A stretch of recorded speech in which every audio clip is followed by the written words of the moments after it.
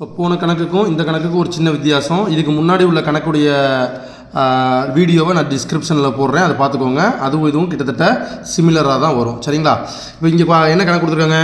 9x⁴ + 12x³ + 28x² + ax + b ஆனது ஒரு முழு வர்க்கம் எனில் ab ஆகியவற்றின் மதிப்புகளை காண்க. 9x⁴ 12x³ 28x², ax + b is a perfect square. Find the values of a and b.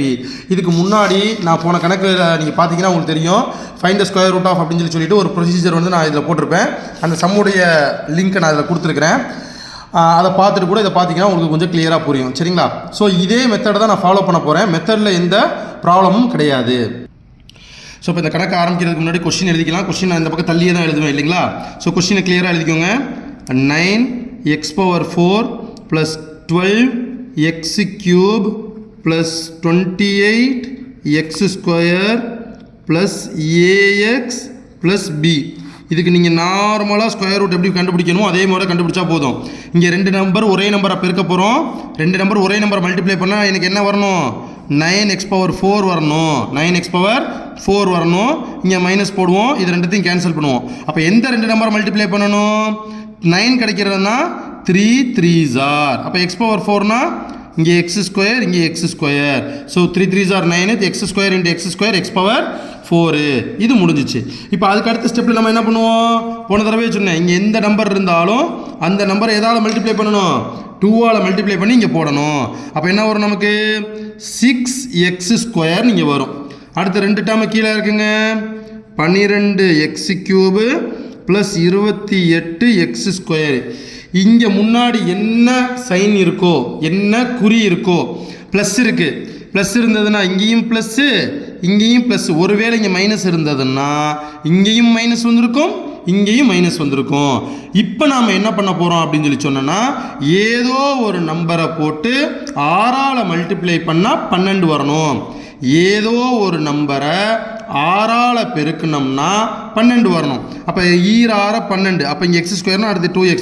அதே 2x என்ன பண்ணணும்? நம்ம இங்கே போடணும். இப்போ இவரை மறந்துடணும். 6 12x³. ஏன்னா இங்கே x × x², x³. அடுத்து plus into plus plus 2 2s are 2 4 x², x × x, x². இப்போ நம்ம சைனை மாற்றிடலாம்.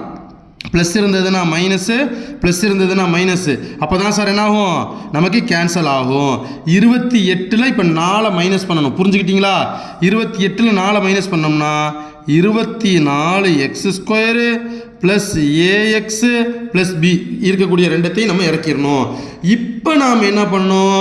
இவர் ரெண்டு பேரையுமே எதால் மல்டிப்ளை பண்ணி போட போகிறோம்? 2ஆல் மல்டிப்ளை பண்ணி போட போகிறோம். அப்போ 3 2s are 6x² + 2 2s are 4x. புரியுதுங்களா?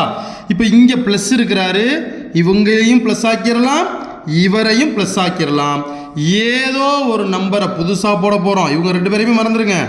ஏதோ ஒரு நம்பரை புதுசாக போட போகிறோம். அந்த நம்பரை 6ஆல் பெருக்கணும்னா 24 வரணும். அப்போ என்ன வரும்?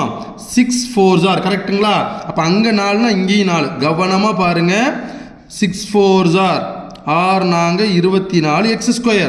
Plus into plus plus 16x. Plus into plus plus 16. 4 4s are 16. புரியுதுங்களா? இப்போ சைனை இங்கே மாற்றிட்டீங்க அப்படின்னு சொல்லி சொன்னோன்னா இங்கே 0 போடணும். ஏன் சார் இங்கே 0 போடணும்? அவங்களே ஆல்ரெடி என்ன சொல்லிட்டாங்க? இது கணக்கில் முழு வர்க்கம் சொல்லிட்டாங்க. பர்ஃபெக்ட் ஸ்கொயர்னு சொல்லியிருக்காங்க. அப்போ முழு வர்க்கம் அப்படின்னா நாம் இங்கே 0 போடணும். இப்போ அவங்க கேட்குறது ஏயோடைய ஆன்சர், பியோடைய ஆன்சர். எந்த சிக்கலுமே இல்லை. டைரெக்டாக எடுங்க பார்ப்போம். ஏ இஸ் ஈக்குவல் போட்டுக்கோங்க.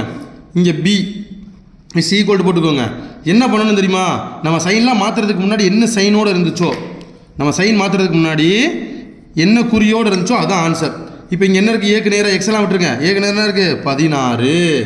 அதுதான் ஆன்சர். பிக்கு நேராக சைன் மாற்றுறதுக்கு முன்னாடி என்ன இருந்துச்சு? 16. இவ்வளோ தாங்க ஆன்சர். இது போட்டோம்னா நமக்கு 5 மதிப்பெண் வந்து ஈஸியாக எளிமையாக நமக்கு கிடச்சிரும். புரியுதுங்களா? ஸோ இது தெளிவாக நீங்கள் பார்த்துக்கோங்க.